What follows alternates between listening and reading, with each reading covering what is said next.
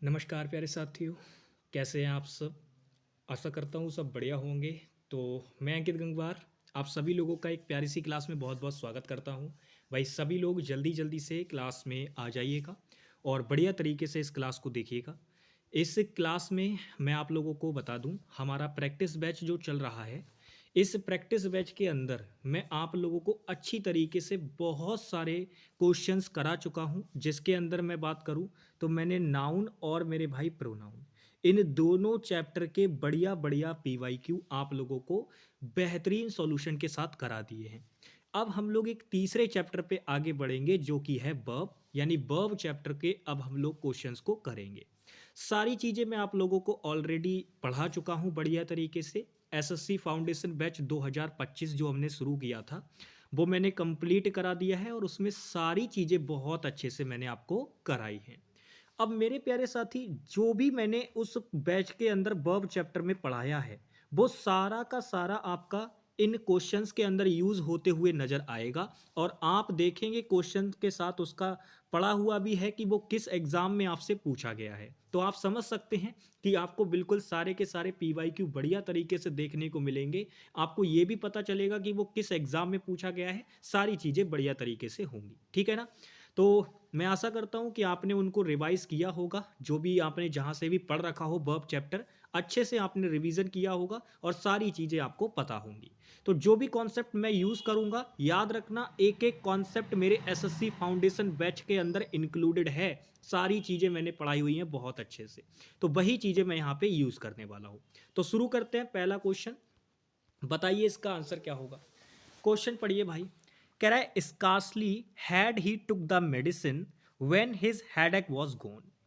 अब यहाँ पे आप मुझे देखकर बताइए कि इस क्वेश्चन में आपको क्या गलती नजर आ रही है। देखिए, वैसे करने को तो हम पूरा क्वेश्चन भी एक्सप्लेन कर सकते हैं, बट चूंकि ये केवल वर्ब आपका टॉपिक वाइज प्रैक्टिस बैच है, तो इसमें वर्ब चैप्टर की हम बात कर रहे हैं।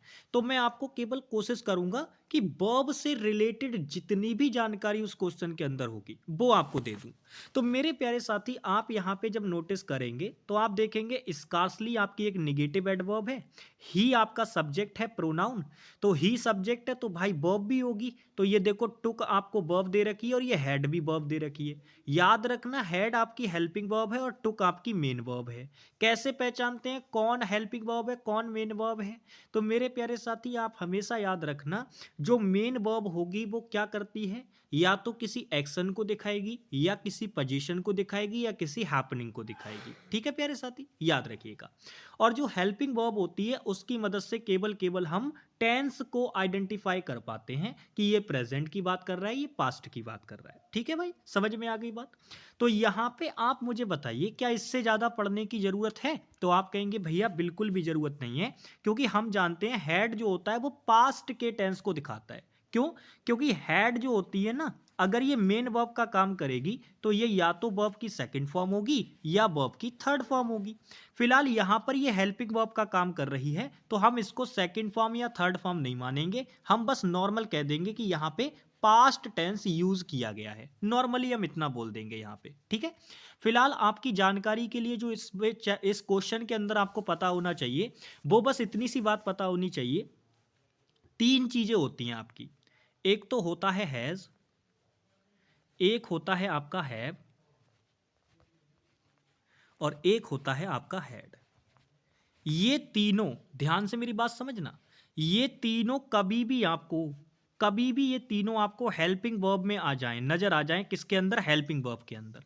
तो इनके बाद जो मेन वर्ब आएगी वो मेरे प्यारे साथी हमेशा वर्ब की थर्ड फॉर्म होगी। ये बात आपको ध्यान रखनी है। मतलब इनके बाद जो ये आप मेन वर्ब लगाएंगे वो हमेशा किस में लगाएंगे? थर्ड फॉर्म में लगाएंगे। ये बस छोटा सा एक कॉन्सेप्ट आपको याद रखना है। इसी कॉन्सेप्ट पे बेस्ड कई सारे आपके वर्ब के क्वेश्चन बहुत आसानी से बन जाएंगे। आप आगे भी देखना, आगे भी आपको देखने को मिलेगा। तो मैंने क्या बात बताई, कभी भी आपको इन तीनों में से हैज, हैव, हैड, इन तीनों में से कभी भी आपको एक भी वर्ब हेल्पिंग वर्ब के रूप में देखने को मिले तो इसके बाद जो मेन वर्ब आएगी वो किस में आएगी, थर्ड फॉर्म में आएगी। तो मेरे प्यारे साथी यहाँ पे ये टुक लगा रखा है, ये गलत है क्योंकि एग्जामिनर ने ये आपको सेकंड फॉर्म ऑफ वर्ब लगा के दी है। हमें कौन सी चाहिए थी जी, हमें चाहिए थी थर्ड फॉर्म। तो टुक नहीं आएगा, टेकन आएगा। किस वाले पार्ट में गड़बड़ है भाई, डी वाले पार्ट में, डी वाले पार्ट में गड़बड़ है। यहां टुक नहीं आएगा, टेकन आएगा। ठीक है भाई, टेकन आएगा। चलिए बहुत बढ़िया, आशा करता हूं पहला क्वेश्चन समझ में आ गया होगा। नेक्स्ट क्वेश्चन नंबर 2, अगर आपने पिछला वाला क्वेश्चन किया है और आपको देखो याद रखना, वर्ब चैप्टर से रिलेटेड जब भी क्वेश्चन आता है तो आपको वर्ब की फॉर्म्स याद होना बहुत जरूरी है। सारी फॉर्म्स नहीं, लेकिन कुछ इंपॉर्टेंट होती हैं, वो तरीके आपको पता होने चाहिए और कुछ इंपॉर्टेंट फॉर्म्स आपको याद भी होनी चाहिए। क्योंकि मैंने आपको बहुत अच्छे से पढ़ाया था, जो वर्ब होती हैं वो अपनी दो कैटेगरी में बटी हुई होती हैं, एक तो रेगुलर वर्ब्स और एक इरेगुलर वर्ब्स।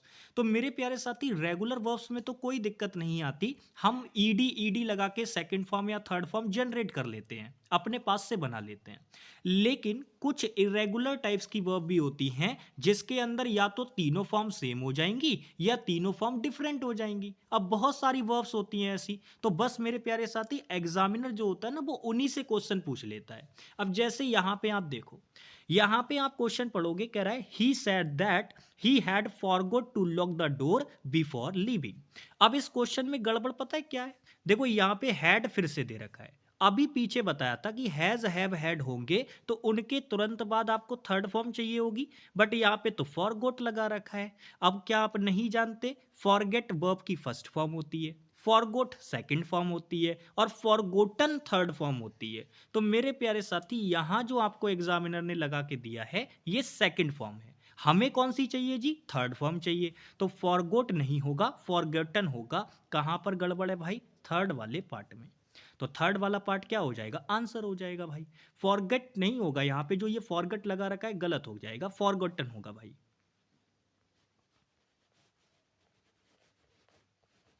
ठीक है, फॉरगेटन हो गया ये इस तरीके से। तो यहाँ पे सी वाले पार्ट में क्या हो जाएगा, गलती हो जाएगी। ठीक है, सी वाले पार्ट में क्या हो जाएगी, गलती हो जाएगी। ठीक है भाई, सी वाले पार्ट में क्या हो जाएगी, गलती हो जाएगी। चलिए बहुत बढ़िया। इसी तरीके के क्वेश्चन वर्ब चैप्टर से बनते हैं आपके ज़्यादातर, तो इनको बढ़िया तरीके से रखिएगा। और एग्जाम का नाम आप देख पा रहे होंगे, सीजीएल मेंस में पूछा गया क्वेश्चन है ये। नेक्स्ट आ जाइए, ये भी सीजीएल मेंस का क्वेश्चन है, क्वेश्चन को पढ़ो। कह रहा है rivers has been of primary importance through human history. अब क्वेश्चन में आप नोटिस करोगे तो आप मुझे बताओ, क्या इस क्वेश्चन के अंदर आपको जो मैंने पीछे अभी दो क्वेश्चन कराए हैं, क्या उससे हटके कुछ इसके अंदर पूछा एग्जामिनर ने, नहीं पूछा। और आप देख लो किस एग्जाम में पूछा गया है क्वेश्चन, सीजीएल मेंस 2022 में जो आपका पेपर हुआ था उसके अंदर पूछा गया है ये क्वेश्चन। और वही एक ही कॉन्सेप्ट पे बार बार क्वेश्चन। अभी आपको पीछे बताया था ना, हैज हैव हैड के बाद थर्ड फॉर्म ऑफ वर्ब आती है, तो यहां पर तो आईएनजी वाली फॉर्म लगा रखी है आपने, तो हो गई गलती भाई, आईएनजी वाली फॉर्म थोड़ी ना आएगी। तो ये बीइंग नहीं आएगा, क्या आएगा, बीन आएगा। क्योंकि आप जानते हैं ये जो होता है ये फर्स्ट फॉर्म होती है, ये जो होती है आपकी ये वाली बीन, ये मेरे प्यारे साथी सेकंड फॉर्म भी हो जाएगी आपकी, और यही आपकी थर्ड फॉर्म भी हो जाएगी। ठीक है, यही आपकी थर्ड फॉर्म भी हो जाएगी, ये वर्ब की फर्स्ट फॉर्म है। ठीक है, और अगर इज आर एम वाली फॉर्म चाहिए तो जैसे प्लूरल में चाहिए तो हम आर कर देंगे, सिंगुलर में चाहिए तो इज कर देंगे, और आई के लिए स्पेशली बी की फॉर्म चाहिए होगी तो वो क्या हो जाएगी आपकी, इज वो सॉरी एम हो जाएगी। आई के लिए क्या हो जाएगी, एम हो जाएगी। तो फिलहाल यहाँ पे क्या करना है, इसको ठीक कैसे करेंगे, इसको ठीक करने के लिए बस कुछ नहीं करना है, ये जो बींग लगा के दे रखा है ना यही गलत है, इसको हटा दो और इसकी जगह पे क्या लगा दो, लाके बीन लगा दो बस। ठीक है, ये लगा दो, बात खत्म, यानी सी पार्ट में आंसर है। देख रहे हो, मतलब केवल सिर्फ एक कॉन्सेप्ट आपके सामने निकाल के रखा है और उसी कॉन्सेप्ट से आपके 3 क्वेश्चन सॉल्व हो गए। नेक्स्ट आ जाओ, ये भी सीजीएल मेंस का क्वेश्चन है भाई। अब क्या करें, वर्ब चैप्टर से रिलेटेड मेंस में क्वेश्चन ज्यादा बनते हैं, वर्ब हो गया, टेंस हो गया, इनसे ज्यादा क्वेश्चन पूछती है एसएससी।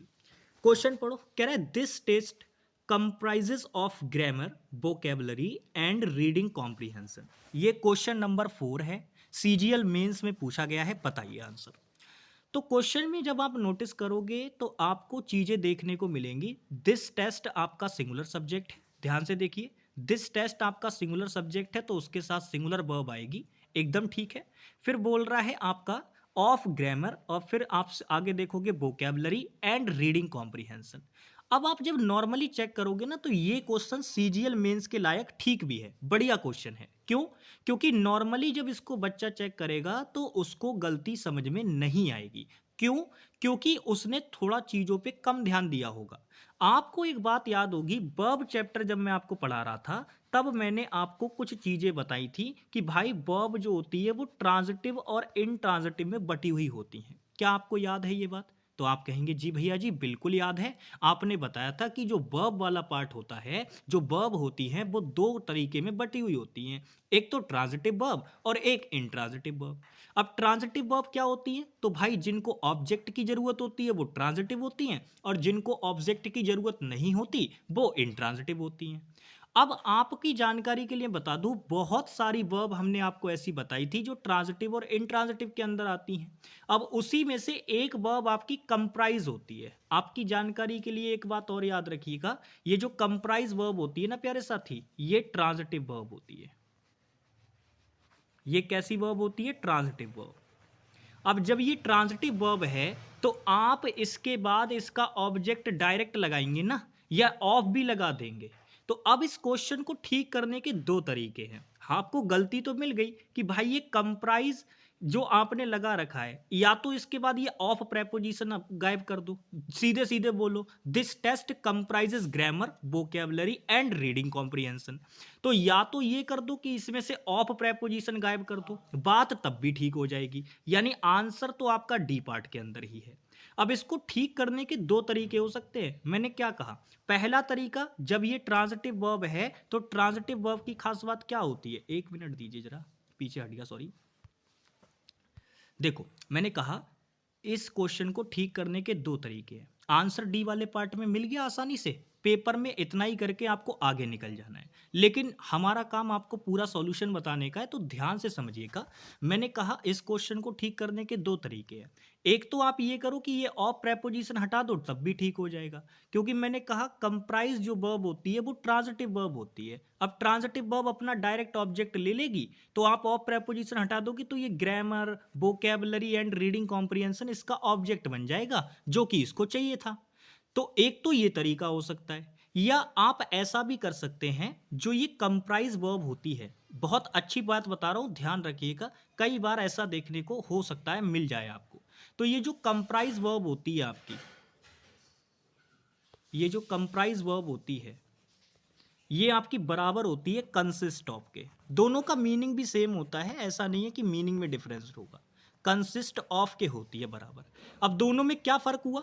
तो आप यहां पे नोटिस करोगे तो कंप्राइज के साथ अगर आपने ऑफ लगा दिया तो भाई ये गलत हो जाएगा, लेकिन अगर कंसिस्ट के साथ आपने ऑफ नहीं लगाया तो बात गलत हो जाएगी। क्यों? दोनों में क्या ऐसी बात है कि इसके साथ ऑफ नहीं आ सकता लेकिन इसके साथ ऑफ आ रहा है?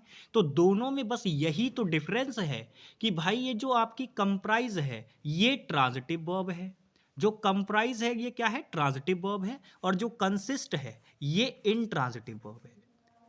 कैसी वर्ब है मेरे प्यारे साथी? Intransitive verb. ठीक है, ये कैसी वर्ब है? इनट्रांजिटिव वर्ब है। तो मैं आशा करता हूं कि आप डिफरेंस समझ गए होंगे, और बहुत आसानी से आप ये बात याद रख लेंगे कि अगर कंप्राइज देखने को मिली तो वो ट्रांजिटिव वर्ब होगी, और उसके साथ जो प्रेपोजिशन लगा रखी होगी आप उसको हटा सकते हैं। और कंसिस्ट इनट्रांजिटिव वर्ब होती है तो भाई इसे तो ऑब्जेक्ट की जरूरत ही नहीं है, तो आप कोई प्रेपोजिशन लगाएंगे। और कंसिस्ट के साथ फिक्स प्रेपोजिशन कौन आती है? ऑफ आती है। याद रखना ये 100% फिक्स है। ये 100% कैसी है भाई? फिक्स है। ये भी चीज आप ध्यान रखेंगे। ठीक है भाई, चलो बहुत बढ़िया। तो ये भी आपको ध्यान रखना है। फिलहाल मैं आपको बता दूं, यहां पे मैंने कहा दो तरीके से ठीक कर सकते हैं। तो एक तो ये कर दो कि ऑफ प्रेपोजिशन हटा दो, ठीक हो जाएगा। और एक दूसरा तरीका ये भी है कि आप इस ऑफ प्रेपोजिशन को लिखे रहने दो, ये कंप्राइजेस वर्ब की जगह पे आप कंसिस्ट वर्ब लगा दो, बात खत्म। इसकी जगह पे आप ये वर्ब लगा दो, आपका काम ठीक हो जाएगा। सिंगुलर चाहिए इसीलिए मैंने एस लगाया है, तो आप इससे भी ठीक कर सकते हैं। ठीक है, नेक्स्ट क्वेश्चन पे आ जाओ। ये रहा क्वेश्चन नंबर 5। बढ़िया क्वेश्चन है और जस्ट पीछे जो अभी चीज बताई थी उसी पर बेस्ड है ये क्वेश्चन।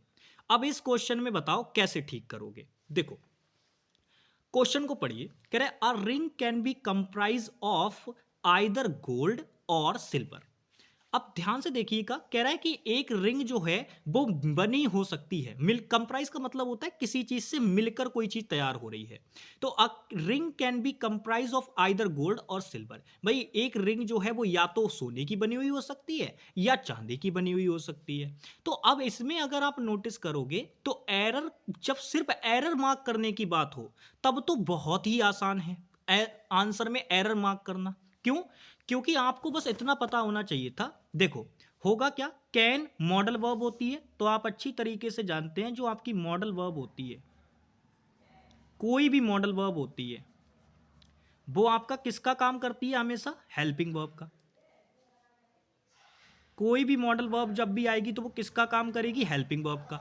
अब इसके बाद हमेशा याद रखना, जो आप मेन वर्ब यूज करेंगे, इसके बाद जो आप मेन वर्ब यूज करेंगे वो हमेशा किस में होनी चाहिए, बेस फॉर्म ऑफ वर्ब में होनी चाहिए, जिसे हम वर्ब की फर्स्ट फॉर्म भी कहते हैं। किस में होनी चाहिए मेरे प्यारे साथी, वर्ब की फर्स्ट फॉर्म, ठीक है, जो कि मेन वर्ब की क्या होती है, बेस फॉर्म कहलाती है। तो मॉडल वर्ब के बाद हमेशा कौन सी फॉर्म आएगी, मेरे साथ बोलिएगा। कोई भी मॉडल वर्ब दे रखी हो, 13 मॉडल वर्ब होती है या इवन पार्शियल मॉडल भी आ जाए तो उनके बाद कौन सी फॉर्म यूज की जाएगी, वर्ब की बेस फॉर्म यूज की जाएगी, जो कि अपने आप में फर्स्ट फॉर्म ऑफ वर्ब होती है। तो आप नोटिस कीजिएगा, कैन के बाद यहां पे आप देखो क्या यहां पे फर्स्ट फॉर्म लगा रखी है, जी बिल्कुल लगा रखी है, बेस फॉर्म ऑफ वर्ब दे रखी है। लेकिन आपकी जानकारी के लिए एक पॉइंट और याद होना चाहिए आपको, ये जो बी होती है, देखो बी की वैसे तो कई सारी फॉर्म्स होती है और मैंने बैच में बहुत अच्छे से आपको बताया हुआ है, बी की कई सारी फॉर्म्स होती हैं, बी की कई सारी फॉर्म्स होती हैं। लेकिन सभी के बाद याद रखना ये दोनों तरीकों का काम करती है, क्योंकि ये प्राइमरी हेल्पिंग वर्ब्स होती हैं। तो ये आपकी एक तरीके से हेल्पिंग वर्ब का भी काम कर लेती हैं और मेन वर्ब का भी काम कर लेती हैं।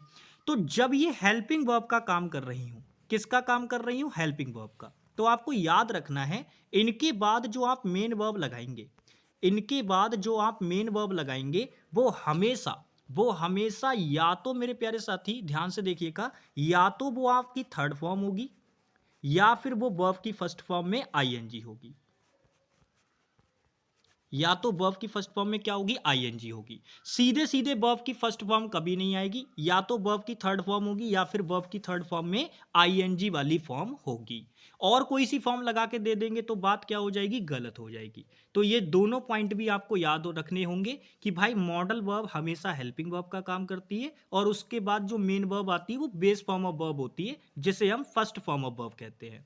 और दूसरा पॉइंट ये याद रखना है कि बी की कोई सी भी फॉर्म, चाहे वो इज आर एम वाली हो, वॉज या वर वाली हो, या फिर बी बीन बींग हो, अगर ये हेल्पिंग वर्ब का काम कर रही होंगी तो इसके बाद जो आप मेन वर्ब यूज करेंगे वो या तो मेरे प्यारे साथी थर्ड फॉर्म में होगी या फिर वर्ब की फर्स्ट फॉर्म में आईएनजी। समझ में आ गई बात, चलो बहुत बढ़िया, ये दोनों पॉइंट पता होने चाहिए। अब अगर इतनी चीज आपको पता थी तो आप आसानी से आंसर कर सकते थे। आप देखो यहाँ पे बी दे रखा है, अभी मैंने क्या बताया कि बी के बाद या तो थर्ड फॉर्म होनी चाहिए या भाई वर्ब की फर्स्ट फॉर्म में आईएनजी होना चाहिए। क्या दोनों में से कोई भी नजर आ रहा है, यहाँ पे देख कर बताओ, क्या दोनों में से कोई भी नजर आ रहा है? तो आप कहेंगे नहीं भैया जी नहीं आ रहा, तो बस हो गई गलती, यानी कि ये जो करके दे रखा है ना यहाँ पे कंप्राइज, यही गलत है। अब इसको ठीक कैसे करोगे, अब आप नोटिस करो यहां अगले वाले पार्ट में ऑफ प्रेपोजिशन दे रखी है। अब अगर मैंने यहां पे इसका कंप्राइज्ड कर भी दिया, ध्यान से मेरी बात समझना, अगर मैंने इसको कंप्राइज्ड कर भी दिया तो मैं केवल एरर ही ठीक मार्क कर पाया हूं, गलती अभी भी है। क्यों? क्योंकि भाई पीछे बताया था कंप्राइज्ड ट्रांजिटिव वर्ब होती है, और ट्रांजिटिव वर्ब के मतलब होता है कि उसको उसका ऑब्जेक्ट तुरंत चाहिए, यहां बीच में कोई प्रेपोजिशन नहीं आएगी, वो गलत हो जाएगा अगर लगा दोगे तो। अब यहां पे ऑफ प्रेपोजिशन दे रखी है ना आपको, तो इसी वजह से यहां पर कंप्राइज लगाने का कोई मतलब ही नहीं है, आप कंसिस्टेड लगाएंगे, कंसिस्टेड ऑफ। समझ में आ गई बात, इस वर्ब को इसमें चेंज करना पड़ेगा तभी, क्योंकि यहां ऑफ प्रेपोजिशन दे रखा है तो हमें इंट्रांजिटिव वर्ब चाहिए, यहां पे ट्रांजिटिव नहीं चाहिए। तो जो बच्चे कंप्राइज का कंप्राइज्ड करके अपने आप को सोच रहे होंगे कि हमें ग्रामर बहुत परफेक्टली आती है, तो भाई गलत कर रहे थे आप, ऐसा नहीं होगा। आंसर फिलहाल बी पार्ट में है, ये ठीक है। यानी पेपर में आपको नंबर पूरे मिलते, लेकिन जब ये क्वेश्चन इंप्रूवमेंट में पूछता तब आप फंसते यहाँ पे। तो इसीलिए इसीलिए मैं पूरा समय लेके हर एक बात बताते हुए चलता हूं आपको। नेक्स्ट आ जाओ, क्वेश्चन नंबर 6। बढ़िया क्वेश्चन है, क्वेश्चन पढ़िए। कह रहा है a cigarette is make up of tobacco and paper. अब क्वेश्चन में सबसे पहली इंपॉर्टेंट चीज, भाई सिगरेट की स्पेलिंग ध्यान रखना, एग्जामिनर पूछता रहता है। इसकी स्पेलिंग याद रखने के लिए मैं आपको एक तरीका बता रहा हूं, उसको ध्यान रखिएगा। पहले लिखिएगा सिगार, क्या लिखिएगा, पहले सिगार लिखिएगा, ठीक है। और फिर उसके बाद कुछ नहीं करना है, फिर आपको एटे लिखना है, एटे क्या लिखना है, प्लस में एटे, A T और E ऐसे करके। तो ये सिगरेट की स्पेलिंग बन जाएगी। बस ये 2 सिलेबल में आप इसको तोड़ लीजिएगा। स्पेलिंग इंपॉर्टेंट है, इसीलिए बता रहा हूं क्योंकि प्रीवियस ईयर में पूछी गई है ये, ठीक है भाई। अच्छा, अब यहां पे देखो, मैंने अभी पीछे बताया था कि बी की चाहे एग्जामिनर कोई सी भी फॉर्म यूज कर ले, उसके बाद जब मेन वर्ब आप लगाएंगे तो या तो वो थर्ड फॉर्म में होगी या वर्ब की फर्स्ट फॉर्म में आईएनजी वाली होगी। यही तो अभी बताया था। अब देख लो, इसी का फिर से यूज हो गया। आप यहां पे देख के बताओ, ये जो इज लगा रखा है क्या ये बी की फॉर्म है? तो आप कहेंगे भैया जी बिल्कुल, आपने बताया था कि बी की जो फॉर्म्स होती हैं, भाई बी के कितने बच्चे, 5। कौन कौन? देखो, इज हो गया, आर हो गया, और मेरे प्यारे साथी एम हो गया। और भी होते हैं जी, और भी होते हैं, वॉज भी होता है, और मेरे प्यारे साथी वर भी होता है।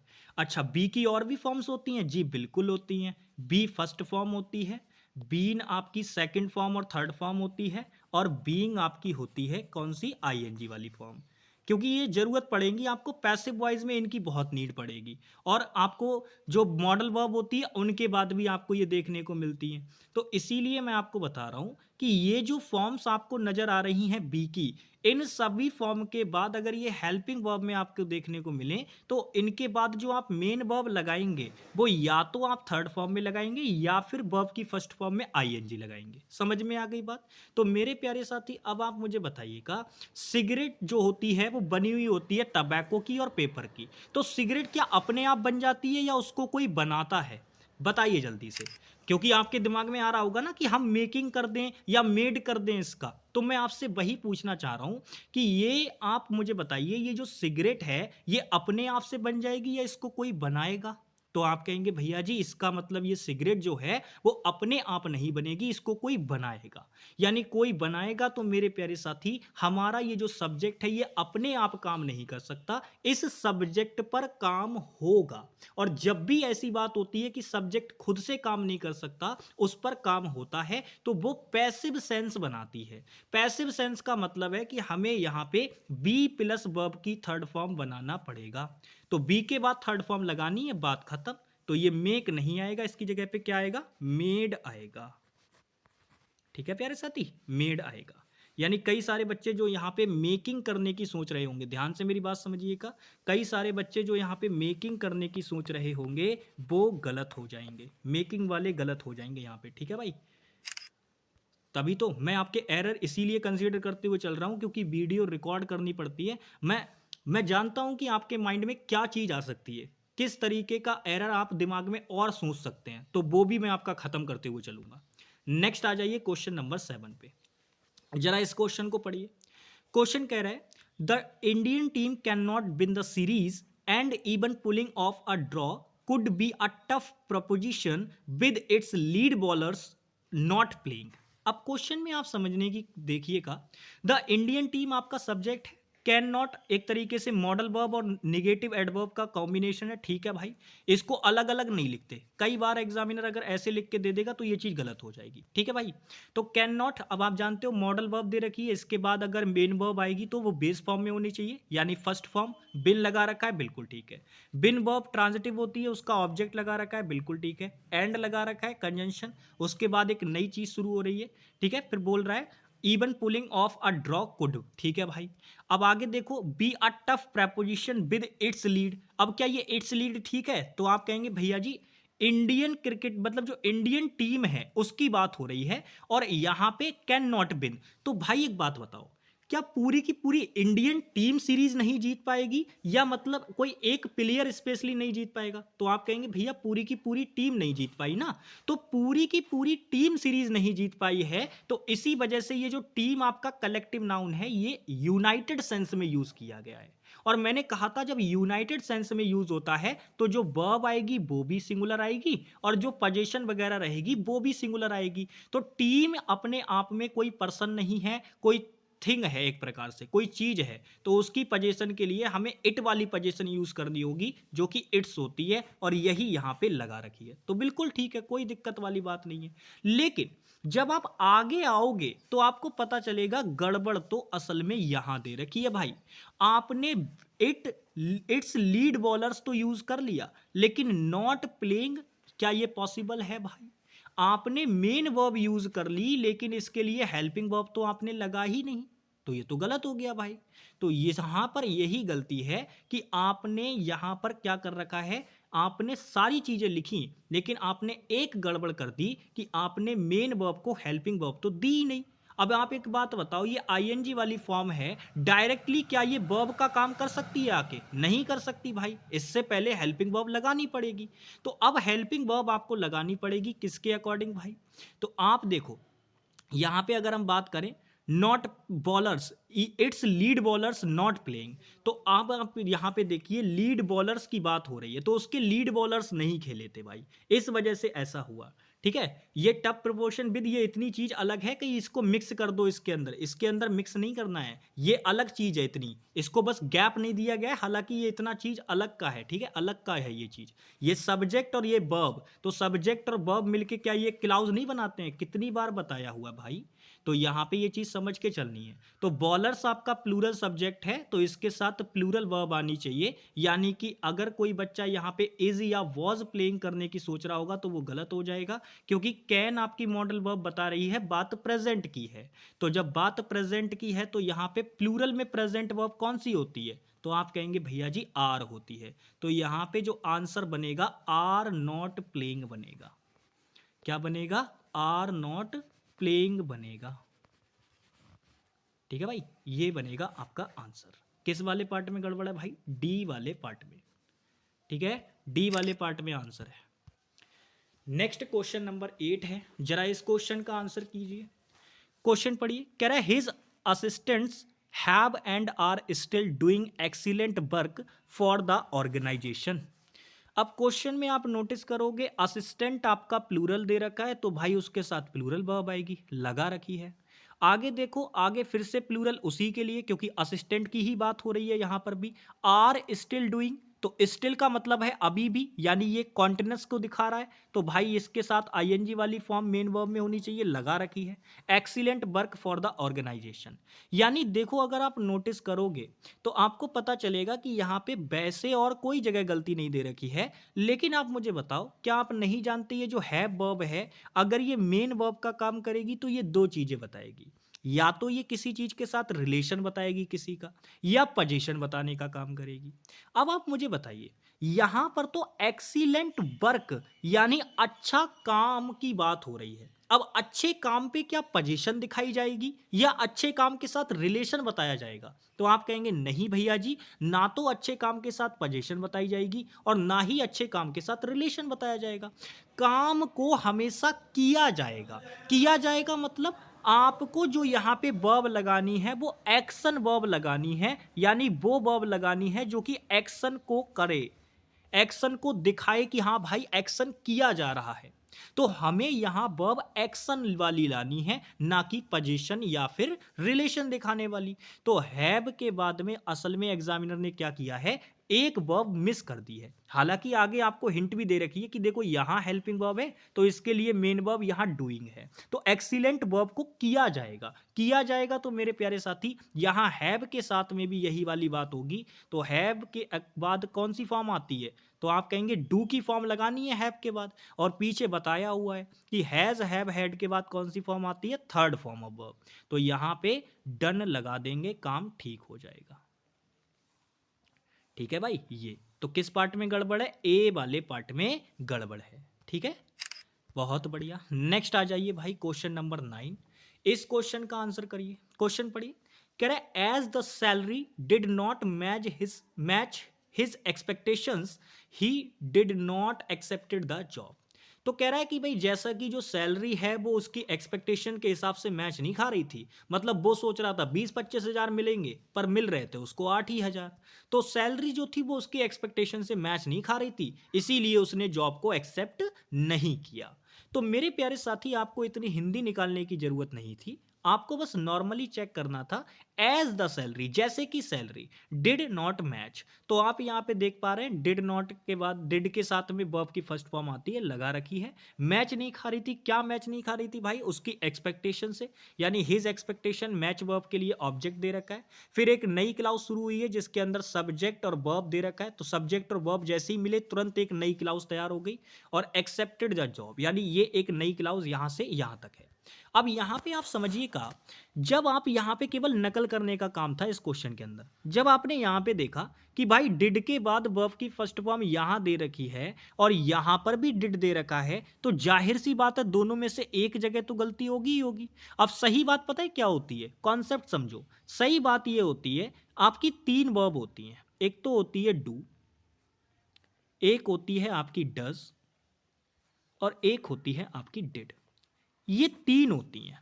अब तीनों का क्या यूज है तो याद रखना, ये जो डू होता है, ये डू और डज, याद रखना ये जो डू और डज होते हैं ये प्रेजेंट को दिखाते हैं।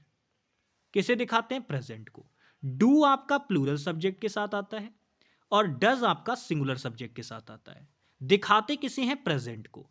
लेकिन और ये जो डिड होता है ये किसे दिखाता है भाई? ये दिखाता है पास्ट को। ये किसे दिखाता है? पास्ट को दिखाता है। और इसके साथ एक खास बात और होती है कि भाई ये जो है इसका कोई दिक्कत नहीं है, ये सिंगुलर के साथ भी आ जाएगा और ये आपका प्लूरल के साथ भी आ जाएगा, मतलब ये दोनों के साथ आ जाता है, ये आपका दोनों के साथ आ जाता है, इसकी कोई दिक्कत नहीं। लेकिन तीनों के साथ में ना एक खास बात है, वो खास बात ये है कि ये तीनों के बाद, याद रखना इन तीनों के बाद ही आपको जो मेन वर्ब लगानी होगी वो हमेशा बेस फॉर्म ऑफ वर्ब लगाएंगे, यानी मेन वर्ब हमेशा जो आएगी वो वर्ब की फर्स्ट फॉर्म में आएगी। तो डू डज डिड इन तीनों के बाद कभी भी आपको मेन वर्ब लगानी होगी तो वो वर्ब की फर्स्ट फॉर्म होगी। मेरे भाई इसको दिमाग में फिट कर लेना, बहुत इंपॉर्टेंट है, क्वेश्चन पूछती रहती है एसएससी, इसीलिए मैं बता रहा हूं। ये भी सारा का सारा प्रीवियस ईयर ही है, कहीं ना कहीं एग्जाम में क्वेश्चन पूछा गया है, ये अपने पास से क्रिएट नहीं किया है। ठीक है भाई, तो ये दिमाग में फिट कर लेना। ठीक है, सारी चीज यहां पे लिखी हुई है, अच्छी तरीके से लगा लेना। अब आप मुझे बता दो, अभी मैंने बताया कि डू डज डिड के बाद क्या आती है, तो आप कहेंगे भैया फर्स्ट फॉर्म ऑफ वर्ब आती है, लेकिन एग्जामिनर ने जरा सेकंड वाली क्लाउज में देखो क्या लगा के दिया है ऐसा, तो आप देखेंगे कि भैया डिड के बाद एग्जामिनर ने तो थर्ड फॉर्म लगा दी, तो हो गई गलती, यही तो नहीं आनी चाहिए थी। तो यहां ये नहीं आएगा, इसकी जगह पे क्या आएगा? एक्सेप्ट आएगा। ठीक है, एक बार दीजिए जरा, माफ़ी चाहूँगा, ये एक तो मैं फिंगर से लिख रहा हूँ ना, इसीलिए थोड़ा सा लिखने में मुझे दिक्कत होती है इस पर। एक्सेप्ट ये आएगा। ठीक है, ये हटा दो, यानी कि डी पार्ट में क्या है? एरर है, डी पार्ट में गलती है। नेक्स्ट आ जाइए भाई, ये रहा क्वेश्चन नंबर 10 आपका, करिए जरा इसका आंसर। क्वेश्चन पढ़िए, कह रहा है he has taken care to compliance with the norms so he expects the proposal to be approved without delay. Question में आप नोटिस करोगे तो ही आपका सिंगुलर सब्जेक्ट है तो उसके साथ सिंगुलर वर्ब आएगी, लगा रखी है। पहले ही बताया था हैज, हैव और हैड, इन तीनों के बाद जो मेन वर्ब आती है वो हमेशा थर्ड फॉर्म में आती है, यानी आने वाली नेक्स्ट वर्ब किस में आएगी? थर्ड फॉर्म में आएगी। टेकन लगा रखा है, बिल्कुल ठीक है। व्हाट टेकन, व्हाट केयर, ठीक है। फिर बोल रहा है टू कंप्लायंस, तो टू यहाँ प्रेपोजिशन है, कंप्लायंस नाउन दे रखा है। ये जो एंस, एंस सफिक्स वाले जो वर्ड होते हैं ये क्या होते हैं मेरे प्यारे साथी? पार्ट्स ऑफ स्पीच के अकॉर्डिंग नाउन होते हैं। विद आपकी एक और प्रेपोजिशन है द नॉर्म्स, उसके बाद ऑब्जेक्ट दे रखा है प्रेपो का, बिल्कुल ठीक है। सो आपका कंजंक्शन है, उसके बाद ही आपका सब्जेक्ट है, सब्जेक्ट के साथ सिंगुलर वर्ब आएगी, एक्सपेक्ट्स लगा रखा है, बिल्कुल ठीक है भाई। अच्छा, उसके बाद एक्सपेक्ट व्हाट? द प्रपोजल, बिल्कुल ठीक है। टू बी अप्रूव्ड आप जानते हैं ये टू बी अप्रूव्ड जो आपको दे रखा है, ये टू बी यानी कि एक इन्फिनेटिव दे रखा है, और इन्फिनेटिव भी किस फॉर्म में लिखा हुआ है? पैसिव फॉर्म में लिखा हुआ है। तो बिल्कुल ठीक है भाई, कोई दिक्कत नहीं है। अप्रूव किसी के द्वारा ही किया जाएगा, खुद से अप्रूव नहीं होती है कोई चीज, किसी के द्वारा अप्रूव की जाती है, ठीक है ना। तो यहां पे आप ध्यान देखिएगा कि टू बी अप्रूव्ड दे रखा है, बिल्कुल ठीक है। अब विदाउट डिले, अब यहां पे समझना गलती कहां मिली जाके, यहां तक सारा कुछ ठीक था, कोई गड़बड़ नहीं थी, गलती जाकर मिली हमें यहां, ये डिले नहीं होगा। क्यों नहीं होगा? देखो डिले अपने आप में ना एक वर्ब होती है, ये जो डिले आपको दे रखा है ये अपने आप में एक वर्ब होती है, जिसका मतलब होता है किसी काम में विलंब करना। ये क्या होती है? वर्ब होती है। अब आप एक बात बताओ, ये प्रेपो के बाद में प्रेपो का ऑब्जेक्ट आता है भाई, और क्या आप नहीं जानते कि जो ऑब्जेक्ट आता है वो क्या हो सकता है? या तो कोई नाउन हो सकता है या कोई प्रोनाउन हो सकता है। कभी भी कोई वर्ब ऑब्जेक्ट हो सकती है क्या? तो आप कहेंगे भैया जी देखो, आपने वर्ब चैप्टर में हमें बहुत अच्छे से ये बात बताई थी कि डायरेक्ट वर्ब, ऐसे तो नाउन कोई भी आपको दे रखा है, और किसी चीज का अगर आपको सब्जेक्ट या ऑब्जेक्ट चाहिए तो ऐसे डायरेक्ट वर्ब ऑब्जेक्ट नहीं बन सकती, सब्जेक्ट नहीं बन सकती। लेकिन हाँ, इसकी एक चीज होती है जो सब्जेक्ट और ऑब्जेक्ट बन सकती है। कौन सी चीज होती है भाई? वो चीज होती है कि जब हम वर्ब को जीरंड बना दें, वर्ब को क्या बना दें? जीरंड बना दें, तो वो अपने आप में फिर मेरे भाई एज अ नाउन की तरह एक्ट करने लगती है, जिसे हम वर्बल नाउन का नाम देते हैं। फिर आप चाहें उसे ऑब्जेक्ट की तरह इसे यूज कीजिए या सब्जेक्ट की तरह से यूज कीजिए। अच्छा, जीरंड होता क्या है? तो मेरे प्यारे साथी, जीरंड होता है वर्ब की फर्स्ट फॉर्म में आईएनजी। बहुत अच्छे से मैंने बैच में पढ़ाया हुआ है सारी चीजें। तो बस आप कुछ मत करो, वर्ब की फर्स्ट फॉर्म को आईएनजी में बना दो, वो तुरंत आपका जीरंड बन जाएगा, जिसे हम वर्बल नाउन कहते हैं। फिर चाहे आप उसे ऑब्जेक्ट में यूज कीजिए, सब्जेक्ट में यूज कीजिए, आराम से जोड़ तक चलेगा फिर वो आपका। तो यहां पर यही तो करना है आपको। ये डिले जो आपको दे रखा है ये गलत है, इसकी जगह पे आप क्या कर देंगे? डिलेइंग कर देंगे, विदाउट डिलेइंग, यानी बिना किसी देरी के। ठीक है, ये तो किस पार्ट में गड़बड़ है भाई? डी वाले पार्ट में गड़बड़ है। ठीक है भाई, डी वाले पार्ट में गड़बड़। नेक्स्ट क्वेश्चन नंबर 11 पे आ जाइए भाई, बढ़िया क्वेश्चन है, जरा इसका आंसर करो। क्वेश्चन पढ़ो। कह रहा है the data shows that the unemployment rate has raised to 6.1%, the highest in 5 year. अब क्वेश्चन में आप अगर नोटिस करोगे तो क्वेश्चन ये कह रहा है कि भाई पिछले 5 साल में ये डेटा जो है वो इतना बढ़ गया है। अब मेरे प्यारे साथी, आप एक चीज अगर नोटिस करोगे तो क्वेश्चन में आप यहाँ पे अगर नॉर्मली चेक करोगे ना, तो आप देखोगे द डेटा सोज। वैसे तो यहाँ पे अब जो है ना, मॉडर्न इंग्लिश में ऐसा नहीं माना जा रहा है, क्योंकि एग्जामिनर अगर मानता तो यहाँ पर भी गलती थी। आप जानते हो डेटा शब्द आपको दिखने में लग रहा है प्लूरल है, लेकिन अगर आप एकदम जो स्टैंडर्ड वाली जो आपकी चलती हुई आ रही है पहले से, जो आपकी ब्रिटिश इंग्लिश चलती हुई आ रही है, उसके अकॉर्डिंग अगर आप देखोगे तो डेटा शब्द प्लूरल होता है। इसका सिंगुलर अगर हम बात करें तो वो डेटम होता है प्यारे साथी, ये। लेकिन अब जो आपकी इंग्लिश इस समय फॉलो हो रही है भाई, मॉडर्न इंग्लिश जिसे हम कहते हैं, उसमें इसे नहीं मानते सिंगुलर प्लूरल। उसमें ये ऐसे ही चलता है प्लूरल की तरह, यानी कि ऐसे ही आपका नॉर्मली अनकाउंटेबल की तरह एक्ट करता है, और इसके फिर तो सिंगुलर ही वर्ब आनी है इसके साथ, क्योंकि डेटा के अंदर वो सारी चीजें इंक्लूड मान लेते हैं जो भी किसी चीज का विवरण होता है। समझ में आ रही है बात? तो यहाँ पे अगर एग्जामिनर गलती बनाता तो फिर तो सो होना चाहिए था, सोज होना ही नहीं चाहिए था। तो ये सारी चीजें हैं। हालांकि अब इसमें पार्ट में कोई एग्जामिनर ने एरर नहीं माना है, क्योंकि एरर उसने आगे बना के दिया है, वो मैं आपको बता रहा हूँ। तो यहाँ पे मेरा काम तो आपको ये चीज बताने का, तो ध्यान रखिएगा। अगर हाँ पूरे क्वेश्चन में और कहीं पर कोई गलती नहीं होती तो हम इस चीज को जरूर मार्क कर रहे होते। समझ में आ गई बात? अगर पूरे क्वेश्चन में और कहीं पर भी कोई गलती नहीं होती तो हम इसको जरूर मार्क कर रहे होते, लेकिन अभी क्वेश्चन के अंदर एक गलती है। वो गलती आप देखो, क्वेश्चन में कह रहा है the unemployment rate has raised, लेकिन क्या आपको ये वाले रेज में और ये वाले राइज में डिफरेंट पता है? दोनों बहुत अच्छे से बैच में पढ़ाए हुए वर्ड हैं।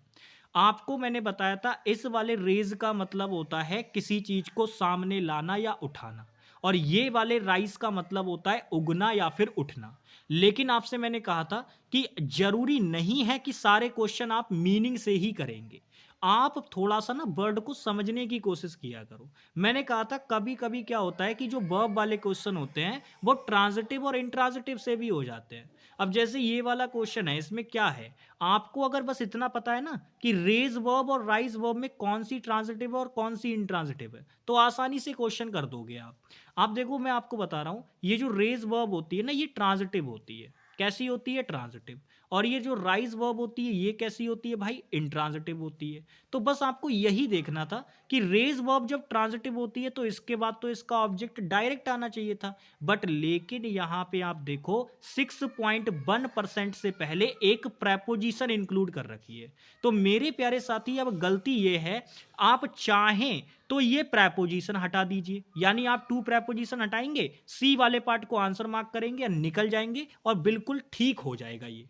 तो पहला तरीका तो ये है कि आप इस टू प्रेपोजिशन को हटा दीजिए। रेज आपकी ट्रांजिटिव वर्ब होती है, तो इसके बाद ये 6.1% इसका ऑब्जेक्ट सीधे सीधे बन जाएगा और आपका काम ठीक हो जाएगा। पहला तरीका तो ये है।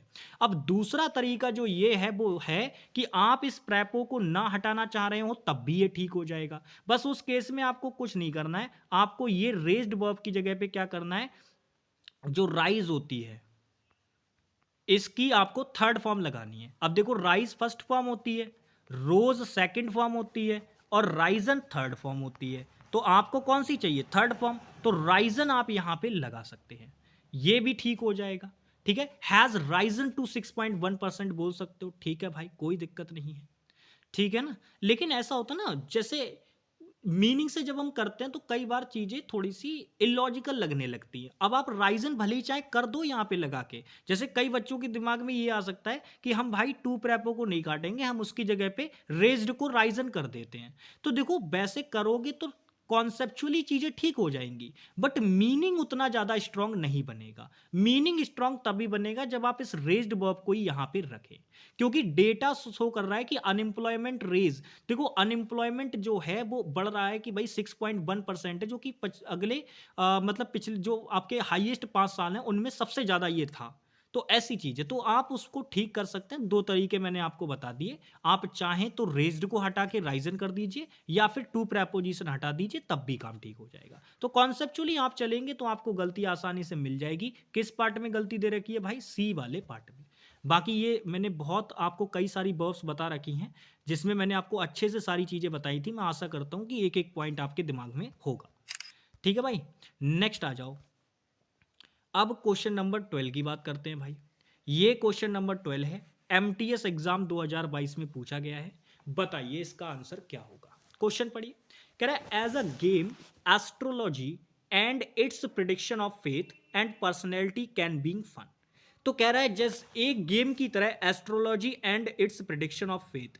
भाई एस्ट्रोलॉजी और जो उसका प्रिडिक्शन होता है भाग्य बताने का, वो क्या है? एक प्रकार से उसकी जो पर्सनैलिटी और भाग्य बताने का जो एक तरीके से वो गेम होता है एस्ट्रोलॉजी, वो इस एक तरीके से क्या है? फन है, एक मज़ा है, मज़े के लिए लोग ऐसा करते हैं। ऐसा ये यहाँ पे सेंटेंस दे रखा है।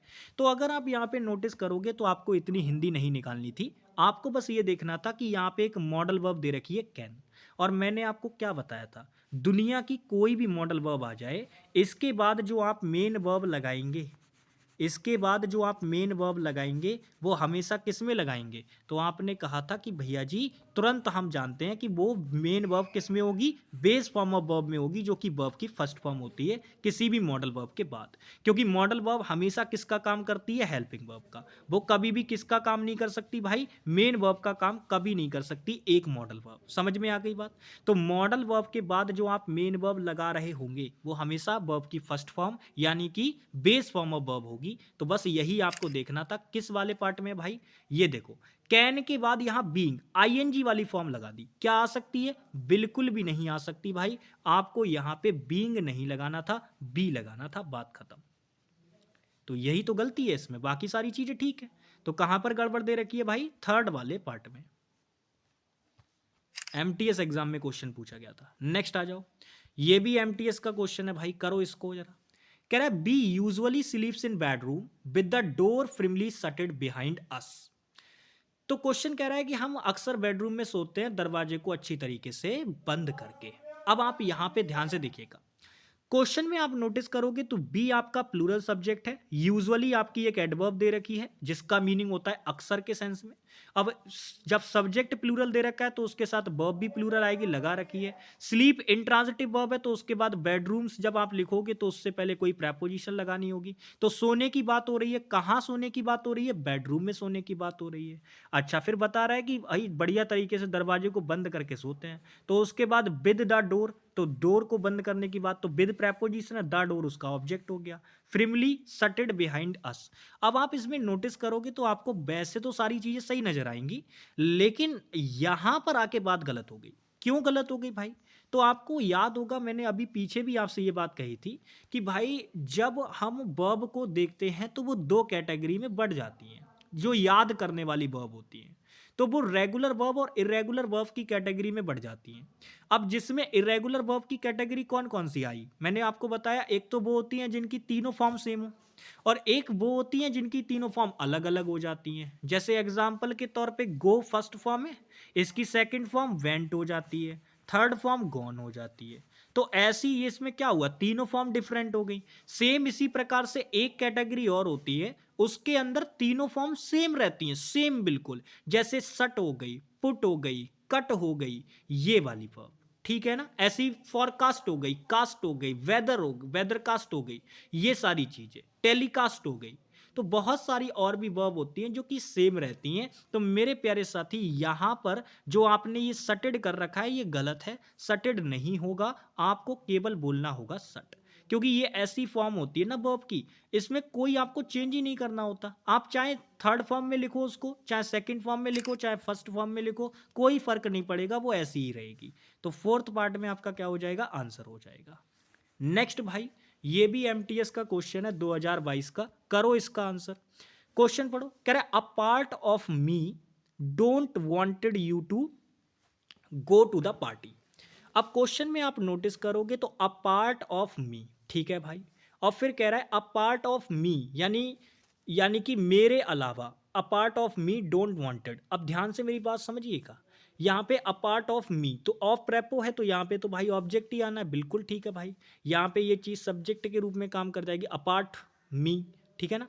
यहाँ पे आई मत करने की सोचना, कहीं सोचो कि अपार्ट मी डोंट वांटेड, गलत हो जाएगा। आई ही आई के सेंस में रहेगा, ये काम तो आई का करेगा पूरा का पूरा मिलके, लेकिन इसको लिखने का तरीका यही रहेगा। अब गलत पता है यहाँ पे क्या है, गलत बस इतना है कि ये जो डू आपने लगा रखा है, देखो डोंट, ये जो आपको लिख के दिया है ना ये चीज, ये असल में डू नॉट की कॉन्ट्रैक्टेड फॉर्म है, यानी इसके अंदर हेल्पिंग वर्ब और निगेटिव एडवर्ब की कॉन्ट्रैक्टेड फॉर्म इंक्लूडेड है। तो ये डोंट जो आपको दे रखा है ये डू नॉट की कॉन्ट्रैक्टेड फॉर्म दे रखी है। अब आप एक बात बताओ, अभी पीछे मैंने आपको क्या ये बात नहीं बताई थी कि भाई ये डू हो गया, या आपका डज हो गया, या आपका डिड हो गया, ये तीनों कभी भी आएंगे एज अ हेल्पिंग वर्ब, तो इनके बाद जो मेन वर्ब आएगी वो वर्ब की फर्स्ट फॉर्म होगी, यानी बेस फॉर्म ऑफ वर्ब होगी। बट आपने तो यहाँ थर्ड फॉर्म लगा रखी है वांटेड, तो बस यही तो गलती है। किस पार्ट में गलती है भाई, सी वाले पार्ट में। तो आंसर हमारा क्या हो जाएगा, वांटेड नहीं होगा, वांट होगा। फर्स्ट फॉर्म लगानी पड़ेगी ना प्यारे साथी, तब बात सही बनेगी। तो किस पार्ट में गड़बड़ है, सी वाले पार्ट में, सी वाले पार्ट में गड़बड़ है। नेक्स्ट क्वेश्चन नंबर 15, ये भी एमटीएस एग्जाम में पूछा गया है। देखो हर एग्जाम के क्वेश्चन देखने को मिलेंगे भाई, आपको एमटीएस एग्जाम के भी क्वेश्चन देखने को मिलेंगे, आपको मेरे प्यारे साथी एक तरीके से हर एग्जाम के क्वेश्चन आपको ऐसे मान के चलो मैं दिखाऊंगा इसके अंदर, ठीक है। तो क्वेश्चन नंबर 15 जरा इसका आंसर करो जल्दी से। करिए आंसर भाई इस क्वेश्चन का, जरा क्या होगा। क्वेश्चन पढ़िए, कह रहा है द एंडीज माउंटेन्स ले बिटवीन चिली एंड अर्जेंटीना। अब ध्यान से मेरी बात समझना, कई सारे बच्चों को ये लगेगा कि ये क्वेश्चन तो बिल्कुल ठीक है भाई, क्योंकि ले वर्ब क्या होती है। देखो ध्यान से मेरी बात समझना, आपको डिफरेंस पता होना चाहिए लाई वर्सेस ले का, लाई वर्सेस ले, ये दो वर्ब होती हैं, इनका डिफरेंस पता होना चाहिए। और बैच में मैं ही नहीं, हर टीचर इनको बहुत अच्छे से पढ़ाता है, बढ़िया तरीके से कंफ्यूजन वो आपकी क्लियर करने की कोशिश करता है, लेकिन फिर भी बच्चों में थोड़ी बहुत कंफ्यूजन रह ही जाती है। तो भाई बार बार जब आप इन चीज़ों को रिवाइज करोगे तो ये चीज़ें आपकी दूर हो जाएंगी। तो सबसे पहली बात मैं आपको बता दूं, जो लाई वर्ब होती है ये इनट्रांजिटिव होती है। और जो ले वर्ब होती है ये ट्रांजिटिव होती है। अब इसकी ना फॉर्म्स भी होती हैं। जो लाई होती है इसकी फॉर्म कौन कौन सी होती है? तो याद रखना, लाई होती है, ले होती है और लेन होती है, ये इसकी फॉर्म होती हैं। और वो आईएनजी वाली फॉर्म वो मैं लिख नहीं रहा हूँ, और ऐसे आई एस वाली मैं फर्स्ट फॉर्म, सेकंड फॉर्म और थर्ड फॉर्म लिख रहा हूँ। सेम इसकी भी मेरे भाई ऐसे ही फॉर्म होती हैं। ले की जो फॉर्म होती है, देखो फर्स्ट फॉर्म ले होती है, सेकंड फॉर्म लेड होती है, और थर्ड फॉर्म भी क्या होती है? लेड होती है। ठीक है, थर्ड फॉर्म भी क्या होती है? लेट होती है। अब यहाँ पे समझने वाला पॉइंट क्या है? समझने वाला पॉइंट ये है, बच्चा कहीं कंफ्यूज नहीं होता, बच्चा केवल एक जगह कंफ्यूज होता है। वो कंफ्यूजन की जगह पता है क्या होती है? वो कंफ्यूजन की जगह होती है ये ले वाली वर्ब। ये ले यहां पर भी मौजूद होता है और ये ले यहां पर भी मौजूद होता है, इस वजह से बच्चा हो जाता है कंफ्यूज। तो याद रखना, ये लाई वर्सेस ले के अंदर ले वाली फॉर्म कंफ्यूज कराती है बच्चों को। बाकी तो बच्चा याद रख लेता है, लाई ले लेन, ले लेड लेड, बाकी तो याद रख लेता है। ये भी याद रख लेता है कि जो लाई की सभी फॉर्म्स होती है वो इंट्रांजिटिव तरीके से काम करेंगी, और ले की जो सभी फॉर्म्स होती हैं वो ट्रांजिटिव तरीके से काम करेंगी। अब मैंने कहा था मीनिंग आपको उतना ज्यादा नहीं देखना, आपको सिर्फ कॉन्सेप्चुअली चलना है।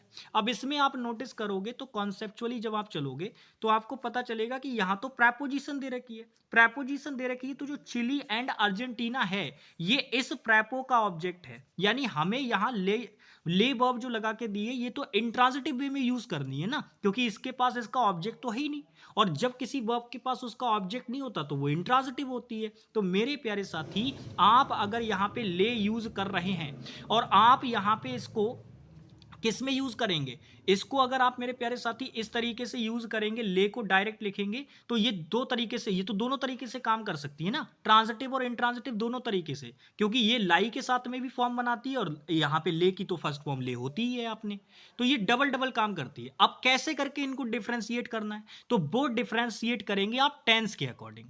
आप मुझे बताइए, एंडीज पर्वत श्रृंखला जो है वो चिली और अर्जेंटीना के पास में, मतलब अर्जेंटीना के पास में, उस जगह पे वो कल भी मौजूद थी, आज भी मौजूद है और आगे भी मौजूद रहेगी। यानी ये बात ऐसी है जो कि एक फैक्ट की तरीके से है, एक सच्चाई है जो कि आज भी है, कल भी है, परसों भी रहेगी। वो माउंटेन है, वो हमेशा रहेगा। तो मेरे प्यारे साथी, ये तो बात प्रेजेंट की हो रही है ना, एक फैक्ट बताया जा रहा है, और फैक्ट बताने के लिए हमें प्रेजेंट में यूज करना पड़ेगा, और प्रेजेंट में यूज करना पड़ेगा। तो मैं इसको किस तरीके से यूज करूं, आप मुझे बताओ। अगर मुझे प्रेजेंट में यूज करना है इसको, तो अगर मैं इधर लगा दूंगा तो ले लगाऊंगा तो फिर तो ये ट्रांजिटिव वे में हो जाएगी, बट मुझे तो इंट्रांजिटिव वे में चाहिए, ट्रांजिटिव में मैं इसको लगा नहीं सकता। तो यहां पे मैं ये ले इस वाली तरीके से ना लगा के मैं लाई लगाऊंगा। लेकिन आप देखो यहां पे ये प्लूरल है, और प्लूरल है तो मुझे प्लूरल वर्ब भी लगानी होगी, यानी मुझे ये ले ना लगा के क्या लगाना होगा? लाई लगाना होगा। लाई लाई लगाऊंगा तब मेरा काम ठीक होगा। अगर मैंने ले लगे रहने दिया तो बात गलत हो जाएगी भाई।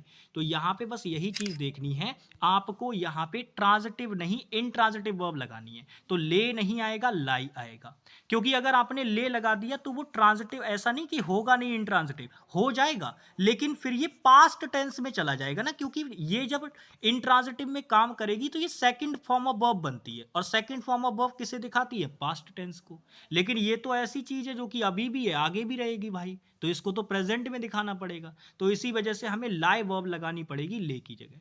कहाँ गड़बड़ है भाई? ये गड़बड़ है। बहुत ही बढ़िया लेवल का क्वेश्चन बना, हालांकि ये एमटीएस में पूछा गया था, लेकिन क्वेश्चन बढ़िया लेवल का है। मेंस में ऐसे क्वेश्चन बनने के चांसेस रहते हैं, क्योंकि थोड़ा पजल्ड कर देते हैं ना, ये आपको घुमा देते हैं थोड़ा सा। तो बढ़िया लेवल का क्वेश्चन था, आशा करता हूं कि आप इसको कर पाए होंगे। और इसको करने के लिए लाई ले लेन, ले लेड लेड, इन फॉर्म्स की अच्छी तरीके से जानकारी होनी चाहिए, और प्लस इनको अप्लाई करने के लिए आपको जो कॉन्सेप्ट मैंने बताया था कि भाई आप ये देख लो कि आपको ट्रांजिटिव वर्ब चाहिए या इंट्रांजिटिव वर्ब चाहिए, वो आपको सेंटेंस के कॉन्टेक्स्ट से पता चल जाएगा। समझ में आ गई बात? जैसे यहाँ पे मैंने ये बिटवीन देख के समझ लिया था कि मुझे यहाँ इंट्रांजिटिव ही वर्ब चाहिए। अब ले की दिक्कत ये फंस गई, क्योंकि ले ट्रांजिटिव और इंट्रांजिटिव दोनों की तरह काम कर सकती थी, हालांकि हमेशा इस तरीके से नहीं फंसाएगा, कभी कभी फंसाता है। तो बढ़िया लेवल का क्वेश्चन हम इसको कह सकते हैं।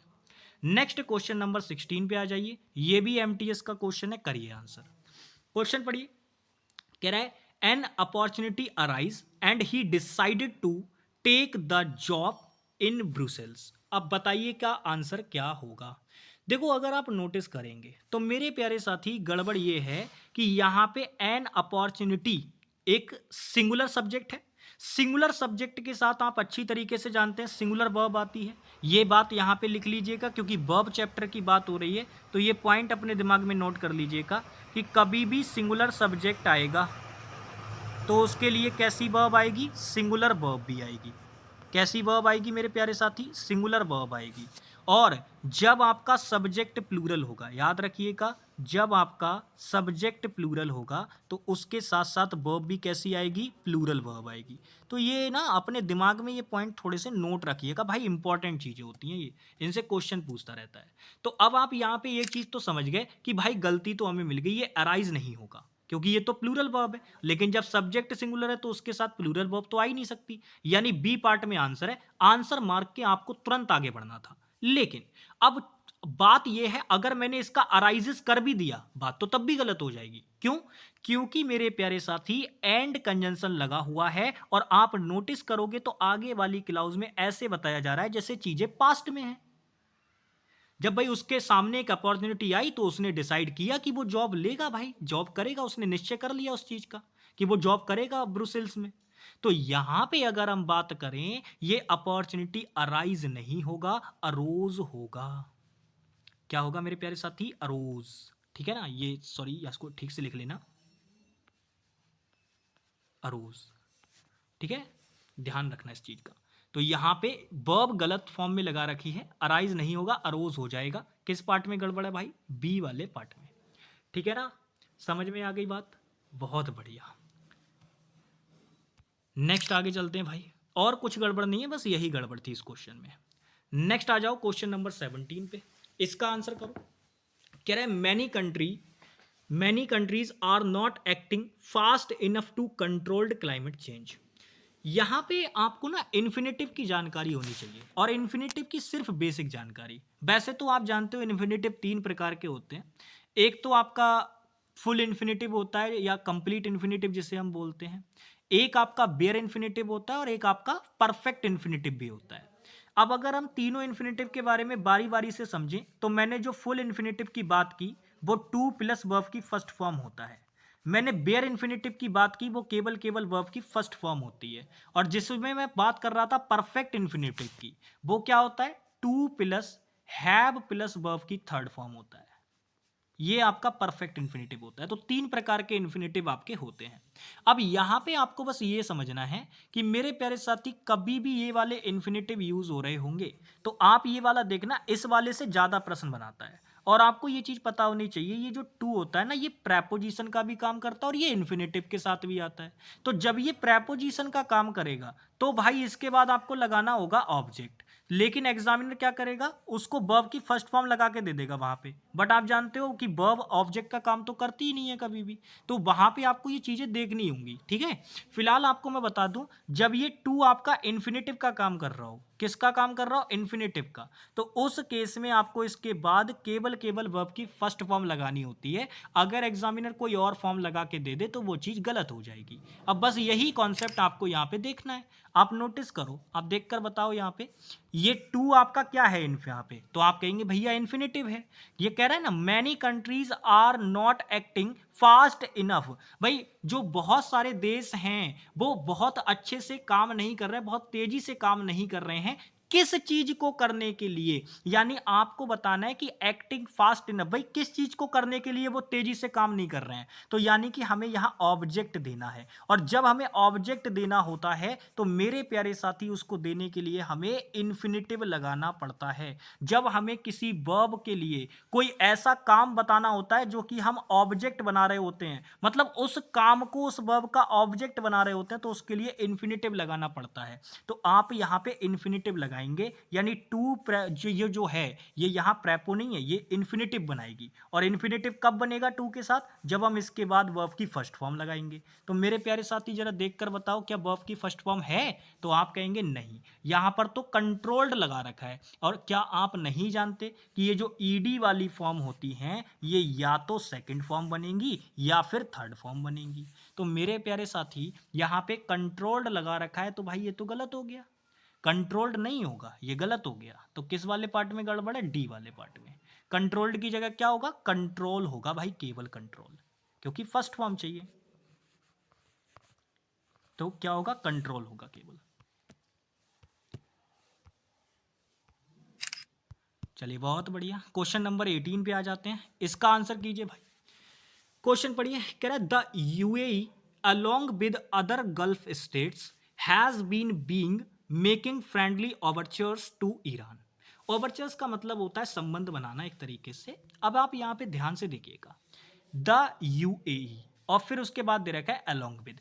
तो देखना बहुत सारी चीजें होती है, जैसे अलोंग विद होता है, एज वेल एज होता है, बहुत सारी चीजें आपको देखने को मिलेंगी।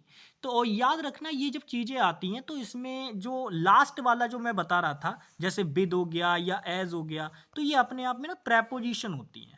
अब ये प्रेपोजिशन होती हैं तो इनके बाद वाला जो आप जो भी चीज़ यूज़ करते हो वो इनका ऑब्जेक्ट बन जाता है। अब ऑब्जेक्ट बन जाता है तो भैया वर्ब इसके अकॉर्डिंग थोड़ी ना आएगी, वर्ब तो उससे पहले आएगी जो इसके पहले दे रखा होगा इसके अकॉर्डिंग। अब इधर जो भी चीज़ दे रखी हो, अगर सिंगुलर दे रखा होगा तो वर्ब सिंगुलर आ जाएगी, और अगर प्लूरल दे रखा होगा तो वर्ब प्लूरल आ जाएगी। तो यहां पर आप मुझे बताइए, द यूएई आपका सब्जेक्ट दे रखा है, अलोंग विद के बाद जो अदर गल्फ स्टेट चीज दे रखी है, ये अलोंग विद में ये जो आपका विद दे रखा है इस प्रेपोजिशन का, ये क्या बन जाएगा, ऑब्जेक्ट बन जाएगा। तो हमारी वर्ब कैसी आनी चाहिए, तो आप कहेंगे यूएई एक कंट्री का नाम है जो कि सिंगुलर है, तो इसके हिसाब से वर्ब सिंगुलर आनी चाहिए, लगा रखिए। अब बाकी आप जानते हो मैंने कहा था कि हैज, हैव, हैड, इन तीनों के बाद अगर कोई अगली वर्ब आएगी तो वो थर्ड फॉर्म में होनी चाहिए, लगा रखिए। फिर मैंने आपको बताया था बी की फॉर्म के बाद अगर आपको कोई आगे वर्ब लगानी है तो या तो वो आप थर्ड फॉर्म में लगाएंगे या फिर मेरे भाई किस में लगाएंगे, आईएनजी में लगाएंगे। बताई थी ना ये वाली बात। अब देखो एग्जामिनर ने क्या चालाकी के लिए, उसने आपको आईएनजी में लगा के दी ताकि आपको कंफ्यूज कर सके। अब बच्चा देखेगा कि यार है तो आईएनजी में, मतलब ठीक है, और फिर आप देखोगे आईएनजी आगे भी दे रखी है। तो मेरे प्यारे साथी गड़बड़ ये हो गई कि आपने यहां पर भी बी की फॉर्म यूज कर ली, यहां पर फिर से बी की फॉर्म यूज कर ली। भाई इतना जरूरी थोड़ी ना डबल डबल क्यों कर रहे हो यूज, आपने यहां भी आईएनजी लगा दिया, यहां भी आईएनजी लगा दिया। और मैंने आपको क्या बताया था, इंग्लिश में जब भी कोई चीज डबल हो जाती है तो इंग्लिश उससे नाराज हो जाती है, रूठ जाती है। तो डबल नहीं करते क्योंकि फिर वो चीज क्या बन जाती है, सुपरफ्लुअस बन जाती है मेरे प्यारे साथी। तो यहां पर बात गलत हो गई, आपने यहां पे जो ये बीइंग लगा रखा है इसकी असल में आवश्यकता ही नहीं है। आपको यहां प्रेजेंट परफेक्ट कॉन्टिन्यूअस बनाना है ना, तो हैज बीइंग मेकिंग बोल दीजिए, बात ठीक है। लेकिन यहां पे आप बीइंग दोबारा से लगा रहे हैं वो सुपरफ्लोस कर देगा, क्योंकि यहां भी आईएनजी यहां भी आईएनजी, तो जरूरत ही नहीं है उसकी। तो बीइंग लगा रखा है, ये गलत है भाई। किस पार्ट में गड़बड़ है, सी वाले पार्ट में। नेक्स्ट आ जाइए क्वेश्चन नंबर 19, एमटीएस का क्वेश्चन है भाई, करिए आंसर। क्वेश्चन पढ़िए, कह रहा है as doesn't seeming to diminish our capacity to speak, right and learn new things. तो क्वेश्चन में अगर आप नोटिस करोगे तो बढ़िया लेवल का क्वेश्चन है, एमटीएस में पूछा गया है। याद रखना एमटीएस के क्वेश्चंस को हल्के में मत लेना, क्योंकि सीजीएल के क्वेश्चन से अच्छा लेवल कभी कभी एमटीएस का रहता है, ये बात याद रखना। क्योंकि एमटीएस के अंदर सिलेक्शन केवल इंग्लिश और जीएस की मेरिट पे होता है मेरे प्यारे साथी। समझ में आ गई बात। तो इसी वजह से इंग्लिश का भी लेवल अच्छा रखा जाता है और जीएस का लेवल भी अच्छा रखा जाता है। समझ में आई, चलो।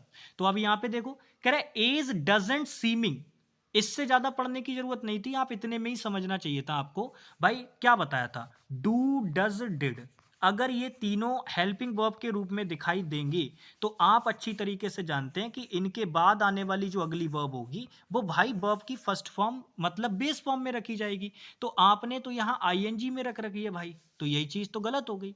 तो ये जो आईएनजी में आपने लगा रखी है ये नहीं आएगी, गलत हो जाएगी। सीमिंग नहीं आएगा, सीम आएगा। अच्छा, अगर मैंने सीम्स कर दिया तो भी गलत हो जाएगा भाई, क्योंकि मैंने कहा फर्स्ट फॉर्म, ना कि मैंने एस या ईएस वाली फॉर्म बोला। तो डिफरेंस याद रखना क्लियर। किस पार्ट में गड़बड़ है, फर्स्ट वाले में।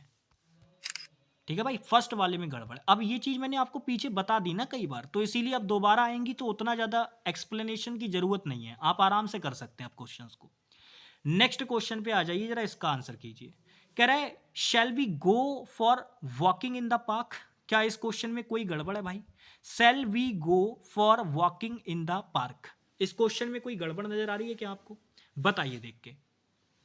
शैल we go for walking in the park, कोई गड़बड़ नजर आ रही है क्या इसके अंदर।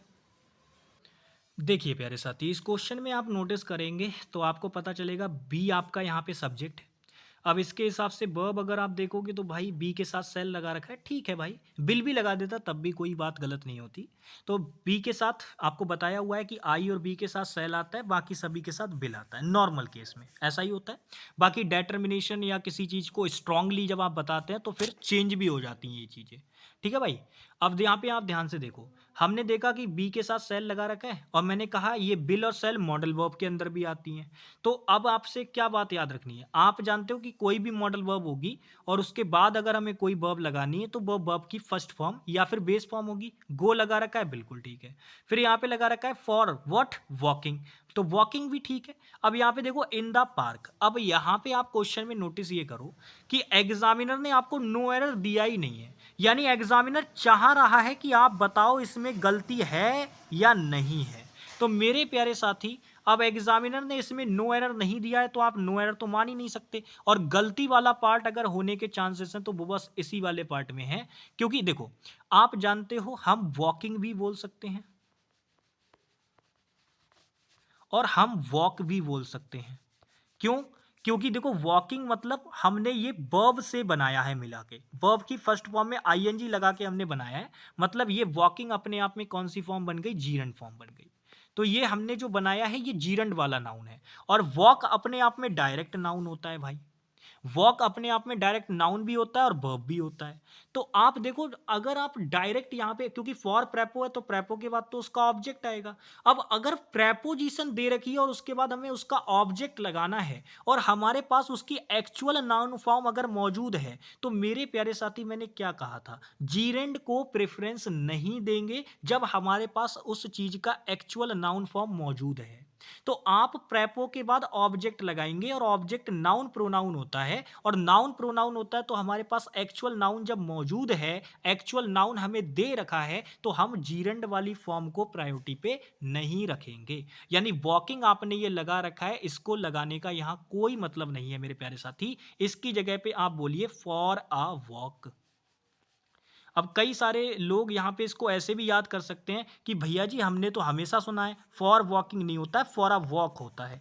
तो मेरे प्यारे साथी उसका लॉजिक यही है, क्योंकि असल में क्या होता है जब हमें फॉर प्रेपोजिशन दिखती है तो भाई उसका ऑब्जेक्ट लगाना होता है। अब ऑब्जेक्ट कोई नाउन प्रोनाउन होता है, तो आप मुझे बताओ नाउन बना हुआ नाउन ज़्यादा अच्छा रहेगा वहाँ पे, या जो ऑलरेडी अपने आप में ही नाउन है वो अच्छा रहेगा। तो मेनली जो अपने आप में पर्पस ही उसका वही है कि भाई वो नाउन की ही तरह काम करेगा, तो उसको लगाना ज़्यादा बेटर रहता है। फॉर वॉकिंग ऐसा नहीं चलेगा, नहीं बोलोगे तो ठीक है फॉर वॉकिंग भी, लेकिन भाई एग्जामिनर चाह रहा है कि आप इसमें गलती बताओ, तो आंसर इसका बी पार्ट ही होगा, और कोई जगह ऐसी नहीं है जहां गलती दे रखी हो, और बाकी सब ठीक है, केवल बी पार्ट में गलत है।